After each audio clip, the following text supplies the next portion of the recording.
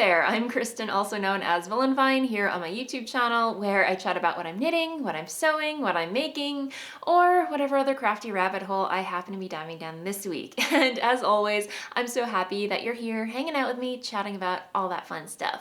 And I just want to say thank you so much to everyone who participated in our History Mal, our History Make-Along. That came to an end last week where I announced giveaway winners. So big congrats again to the winners. The giveaway prizes have been shipped out and they should be with you soonly. But I also want to say thank you so much to everyone who participated.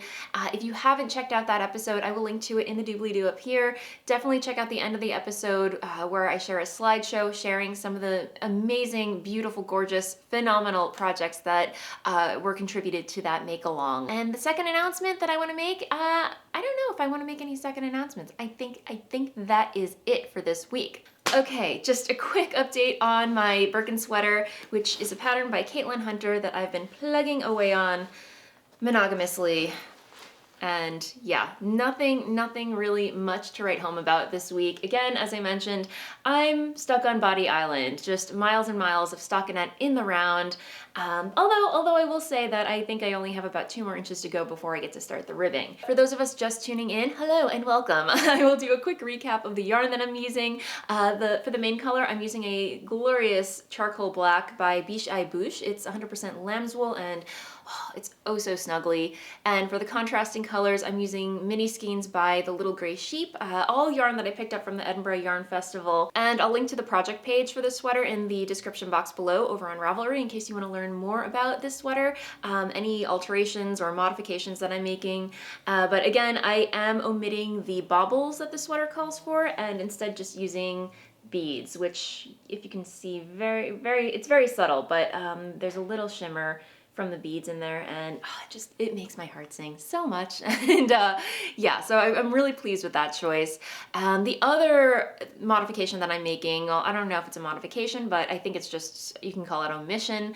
The pattern is written so that once you're done with the color work and you separate the sleeves, it flares out. I'm not really into the flare look, so I'm omitting the increases. I'm not going to do any waist shaping, so I'm omitting that. I'm just knitting plain stockinette in the round until I'm ready to start the ribbing. And for the sleeves, I'm just going to do the same thing. I'm going to pick up all my stitches and knit in the round all the way around till I get to the cuff, decrease rapidly, and then do the ribbing. So that's just how I like to knit my sweaters. I don't like to fuss too much about, shaping or anything. I like my sweaters a little oversized with a little positive ease.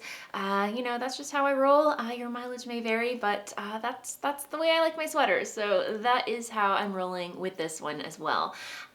Yeah, so that is the Birkin sweater by Caitlin Hunter. Highly recommend it. If you're new to color work, I would say start with something a little more simple because this one does require you on some rows to knit with more than 2 colorways at a time. And I think that could get a little tricky if you're not comfortable knitting color work. So if you are new to color work, I would say start off with a 2-color color work project. And yeah, so yeah, that's where I am with my Birkin sweater. All right, my friends, if you've been tuning in since before the pandemic, you might have noticed a slight shift in my knitting habits. Before the pandemic, I would say that I was a polygamous knitter. I would, ooh, shiny new, let me cast it on, ooh, shiny new. I would just cast things on willy-nilly whenever the spirit moved me. But since the pandemic happened, my knitting mojo has just been waxing and waning, and I found myself gravitating towards only knitting on one project, which honestly, I was not complaining because that meant that I would finish projects quicker. So yeah, I was churning out the sweaters and everything, but lo and behold, spring is here, and yeah, I don't know what's going on, but I'm feeling the knitting mojo is returning, and I'm liking it. I don't know if that's a good thing or a bad thing because that might mean that I'm not going to finish projects as quickly, but anyway, this past week I dyed a bunch of new colorways, which I'm very excited about.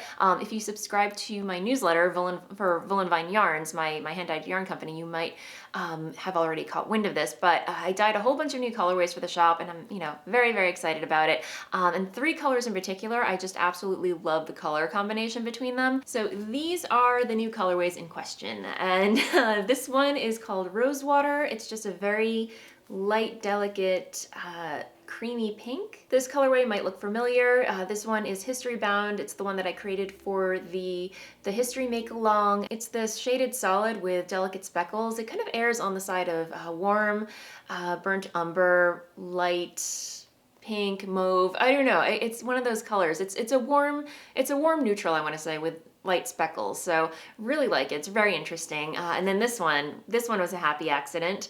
This one is called Blood Moon, appropriately so, because it's like a very deep, rich, saturated, red orange. But seeing these three colorways together, I knew I had to make something with it. So I hopped on Ravelry, as you do, and started scrolling. And the cool thing about Ravelry, I should mention, is that when you do an advanced search for projects, for patterns, there are filters on the left-hand side of the screen. So when it came to choosing a pattern for these three colorways, my criteria was, I was looking for a shawl pattern, I was looking for a pattern that used fingering weight yarn, I was craving a little brioche, so I ticked that off as well. There's also a filter to select how many colorways you need in a pattern. So I ticked off three colorways, and once I ticked off all of my criteria, I was able to search my results, and this one pattern by Graffiti Knits, who's also Lesley Ann Robinson, she designed a pattern called Current Mood, and as soon as I saw it, I was just like, yes, that is what I'm casting on. And it was almost serendipitous too, because the colorways that she used for that pattern are quite similar to these. I think her darkest color is more of a chocolate brown than a red, but I saw this and I was like, that would be absolutely perfect for these three colorways. So it was a done deal. I purchased it and cast it on ASAP, and here is where I am with it currently. It's more of a wrap or stole compared to a shawl, but yeah, the construction is really, really brilliant. It's almost, this would work really well if you're into fading yarns, but I really like the color blocking that's happening in here. She does a really good job fading from one color to the next. So I don't know if you can see this, but it starts off with, knitting a feather and fan ripple stitch at the beginning, and then you do 2-color brioche, and then you fade into the new colorway. Here you do like a striped ripple again, and then you knit the same color brioche, and then you pick up with the second color, and then yeah, I'm not explaining that right, but you get the point. It's just a really, really nice, wonderful construction, and I'm enjoying every stitch of it. Yeah, and it's pretty quick and pretty, I will say you do have to pay attention to, the beginning and the end of each row, because it is brioche and it is asymmetrical. So there's an increase and a decrease at the end of every other couple of rows. While the middle of every row is very intuitive, I do have to start and stop at the beginning of every other row and check the directions to make sure that I'm knitting and doing yarn overs and decreasing, because yeah, it's an asymmetrical shawl and there's a lot of shaping that happens on either side of the shawl. But otherwise, it's a very, very simple, fun, intuitive, and relaxing knit. And yeah, just working with the colors, it's very, very potato chippy, just one more row, one more row, one more row, which is everything I love in a pattern. So yeah, the needles that I'm using is what the pattern calls for. It's a US 4 3.5 millimeter, and these are my Lykke interchangeables. I'm not gonna lie, I have a love-hate relationship with Lykke needles. I mean, they do the job, they're fine, they work, they look very pretty, very photogenic, but I did have a couple of issues when I purchased the set for, the Lykke Driftwood needles. I think this is a problem that they fixed or rectified, so hopefully, knock on wood, there are no more issues with it. But when I did purchase the set, some of the joins wouldn't screw in all the way. They were misshapen or warped or something, but thankfully they did have really good customer service and they shipped me replacement parts. So that was really good. But yeah, otherwise I've had a really good experience with these needles, for those wondering. But again, this is an issue that I think that they've corrected. So I don't think you have to worry about that now. Don't quote me on it, but from what I've heard from other people, it's no longer an issue. So just something to keep in mind. But otherwise, I love working with these. I love the feel of them. I just think that they're very aesthetically pleasing and they photograph very well. So yeah, that is my current mood shawl or stole by Lesley Ann Robinson, who is also Graffiti Knits. Yeah. And that, my friends, is all the creative content that I have to share with you this week. So I'm gonna roll right along into the Blather segment where I chat about life stuff, should you care to stick around. But yeah, nothing much to write home about. My husband and I have, been staying put. We haven't really been going anywhere. But I will say, spring is finally, I think finally upon us here in Bushwick, Brooklyn. Yesterday was super beautiful out, and I did take advantage of the nice weather by going roller skating for the first time this year.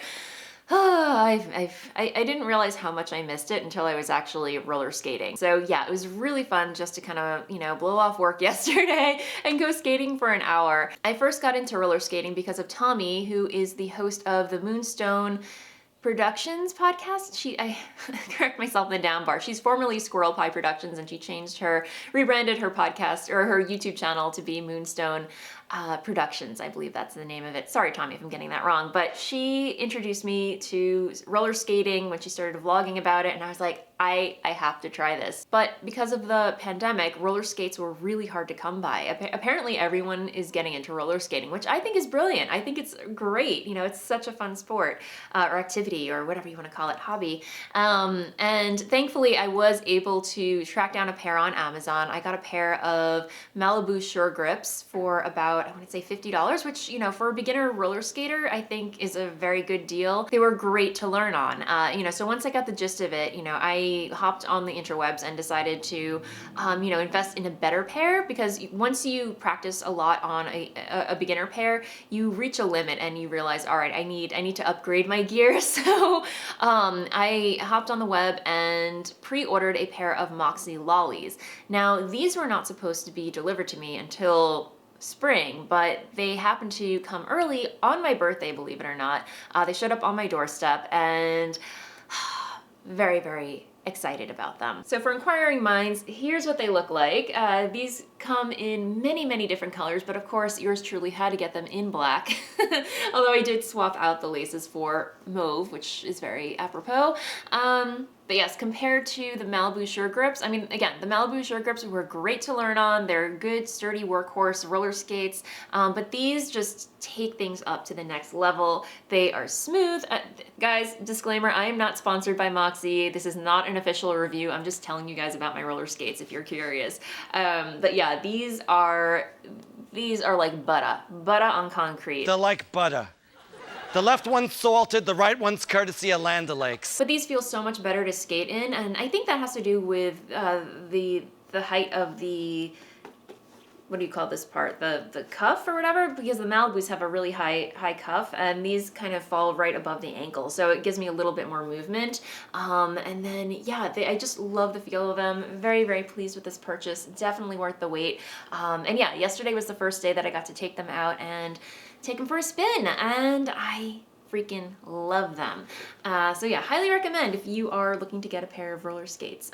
Worth every penny.